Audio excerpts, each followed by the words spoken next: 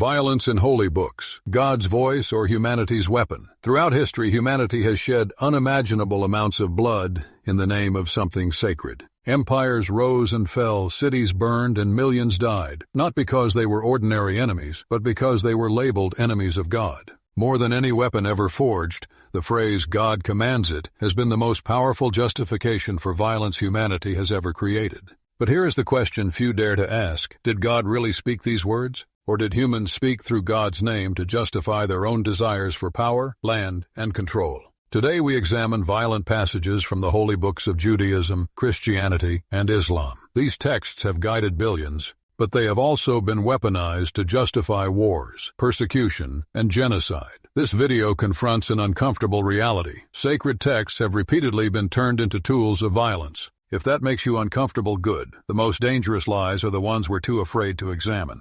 In the Hebrew Bible, God gives explicit warfare instructions. In Deuteronomy, "You shall put all its men to the sword, but the women and children you may take for yourselves."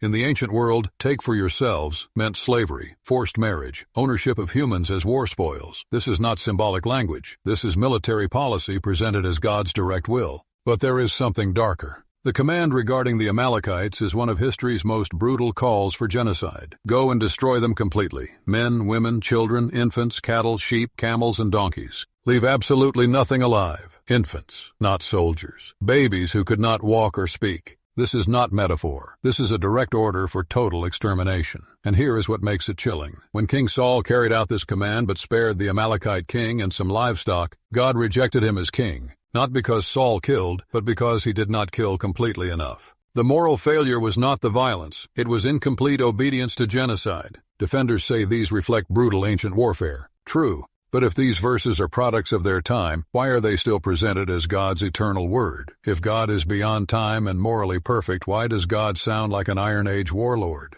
A timeless being should not speak like a Bronze Age conqueror. The Quran contains explicit verses about fighting. When the sacred months have passed, kill them wherever you find them, capture them, besiege them, lie in wait. Another states, strike their necks and cut off their fingertips. And, if they turn away, seize and kill them wherever you encounter them. The language is clear and direct. Muslim scholars provide context. These were revealed during 7th century conflicts after broken treaties. Defensive purposes only. They apply during warfare, not peacetime. This explanation is historically reasonable, but here is the contradiction. If these only applied to that time and place, why are they considered God's eternal universal word? If time-bound and context-dependent, they are not eternal commands. If eternal commands, they should not require extensive contextualization. Both cannot be true simultaneously. History shows these verses were used not just for defense, but aggressive expansion. From Spain to India, they justified empire building across continents. The problem is what happens when sacred language meets human ambition.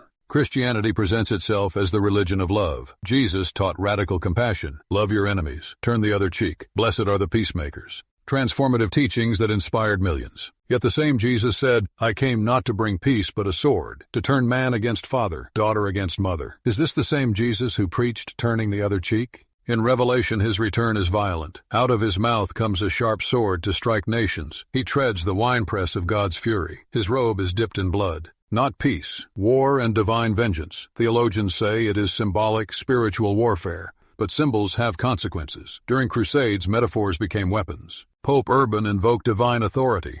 Thousands marched believing God commanded killing. Chroniclers wrote horses waded through blood. During the Inquisition, theology became torture. During colonization, gospel became genocide. Metaphors became massacres. Every time, in God's name, 3 religions, 3 books, same pattern, verses of peace and violence, claims of divine authority, used by power to justify killing. These texts look less like messages from a timeless God and more like reflections of their times and cultures. The Torah sounds like Iron Age conquest because it was written then. The Quran addresses 7th century politics because it emerged then. The Gospel reflects 1st century apocalypticism under Rome. Coincidence or evidence these are human documents in divine clothing?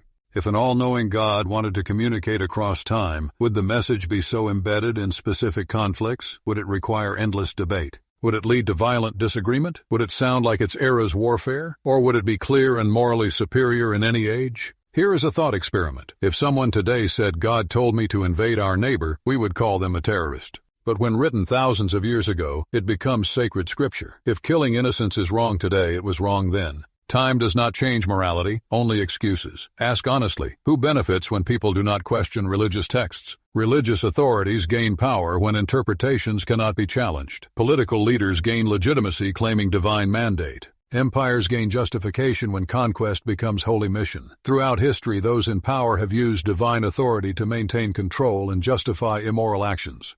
God wills it ends debate, shuts down reasoning, transforms obedience into virtue, and questioning into sin. That is why it is dangerous. This video challenges blind obedience, not faith itself. Many religious people are kind and work for justice, but never surrender your conscience. When people stop thinking and obey without question, when violence claims divine authority, history fills with graves. Crusades, Inquisition, every massacre, all because someone said God commands it and others believed without examining. The greatest sin is not doubt, it is refusing to think. The greatest virtue is courageous questioning. Read these texts yourself. Examine with your own mind. Ask difficult questions. Compare to your moral intuitions. Decide for yourself, not from command or fear, but genuine thought. Because unexamined faith is not faith, it is obedience, and unquestioning obedience has caused immense suffering. Your mind is not your enemy. Your conscience is not misleading. Your moral reasoning is your most valuable possession. Think, question, examine, decide. That is not sin. That is your responsibility as a thinking, moral human being. What do you think? Comment your thoughts. Subscribe for videos that ask questions others avoid. Truth matters more than comfort.